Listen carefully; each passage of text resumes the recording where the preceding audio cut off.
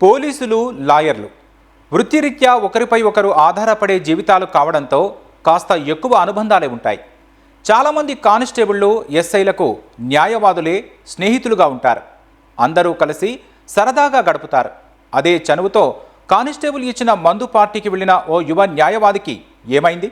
మద్యం తాగిన తర్వాత నేరుగా ఇంటికి రాకుండా ఆ న్యాయవాది ఎక్కడికి వెళ్ళాడు? అప్పటి వరకు న్యాయవాది పక్కనే ఉన్న ఆ ఇద్దరు ఏమయ్యారు?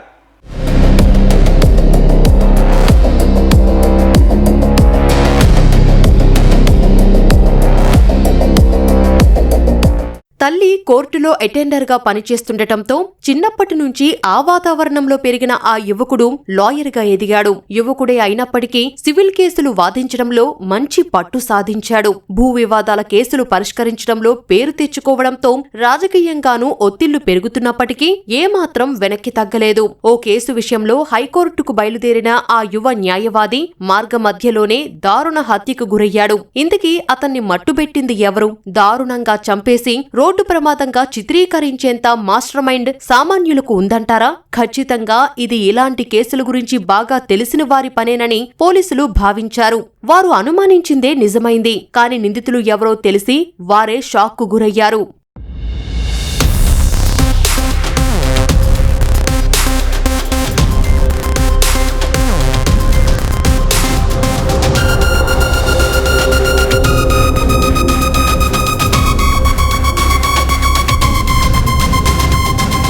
కంచె చేనుమేసిన చందాగా దొంగలు, హంతకులను పట్టుకోవాల్సిన పోలీసులే నిందితులుగా మారితే ఏం చెయ్యాలి? కేసులను ఛేదించడానికి ఉపయోగించాల్సిన తెలివితేటలను హత్యలు చెయ్యడానికి, వాటి నుంచి చాకచక్యంగా తప్పించుకోవడానికి వినియోగిస్తే సామాన్యులను ఎవరు కాపాడతారు? ప్రకాశం జిల్లాలో ఓ యువ న్యాయవాదిని కానిస్టేబుల్, అతని స్నేహితుడు కలిసి ఇదే రీతిన హత్య చేశారు. తమ గుట్టు బయటపడకుండా ఉండేందుకు ఏకంగా హత్యను కాస్త రోడ్డు ప్రమాదంగా చిత్రీకరించే ప్రయత్నం చేశారు. వివాహేతర సంబంధమే ఈ హత్యకు కారణమని పోలీసులు అనుమానిస్తున్నారు.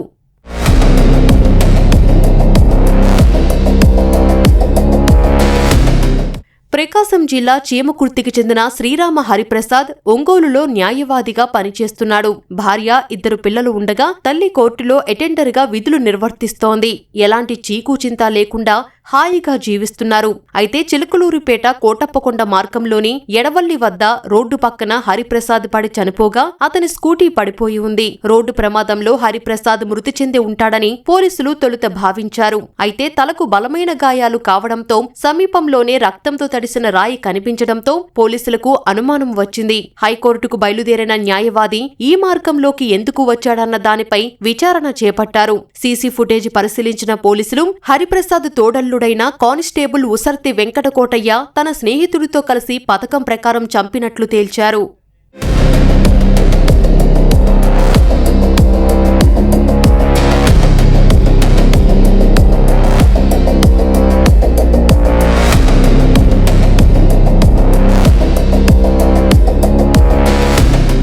కానిస్టేబుల్ వెంకటకోటయ్యకు హరిప్రసాద్ భార్య నాగజ్యోతి మరదలు అవుతుంది. పెళ్లికి ముందు నుంచే వీరిద్దరికీ సన్నిహిత సంబంధముంది. ఈ విషయంలో భార్యాభర్తల మధ్య గొడవలు జరిగాయి. దీంతో నాగజ్యోతి కోటయ్యకు ఈ విషయం చెప్పడంతో హరిప్రసాద్ అడ్డు తొలగించుకునేందుకు పథకం వేశాడు. గుంటూరుకు చెందిన స్నేహితుడు కొండారెడ్డి శ్రీనివాసరావును కలిసి సహకరించమని కోరాడు. అందుకు 5 లక్షలు ఇచ్చేందుకు బేరం మాట్లాడుకున్నాడు. హరిప్రసాద్కు ఫోన్ చేసి పార్టీకి కోటయ్య ఆహ్వానించగా స్కూటీపై నరసరావుపేట వచ్చాడు. ముగ్గురూ కలిసి మద్యం సేవించి తెల్లవారుజామున కాలకృత్యాలు తీర్చుకునేందుకు ఎడవల్లి సమీపంలోకి వచ్చారు. అక్కడ హరిప్రసాద్ను ఇనుపరాడ్డు, రాయితో తలపై బలంగా కొట్టి ఇద్దరూ చంపేశారు. తరువాత అతనిపై స్కూటీ పడేసి రోడ్డు ప్రమాదంగా చిత్రీకరించి అక్కడి నుంచి వెళ్లిపోయారు. పూర్తి స్థాయిలో విచారణ చేపట్టిన పోలీసులు నిందితులను అరెస్టు చేశారు. ఇతన్ని అతి క్రూరంగా చంపి రాడ్లతోటి, అక్కడ ఉన్న పెద్ద బండతోటి అది క్రూరంగా చంపి మళ్ళీ అతని బండిని పక్కనే డౌన్లో వేసి అతని మీద బండిని పడేసి ఈ యొక్క మర్డర్ని యాక్సిడెంట్గా క్రియేట్ చేయడానికి తీవ్ర ప్రయత్నం చేశారు ముద్దాయిలు.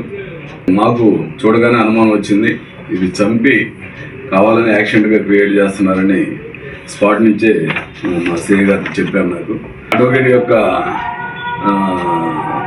బంధువు ఇక్కడ కానిస్టేబుల్గా పనిచేస్తున్నాడు మా డిపోలో. సమ్ ఇల్లీగల్ ఇంటిమసీ మీద ఏదో డౌట్ ఉంది వీళ్ళకి.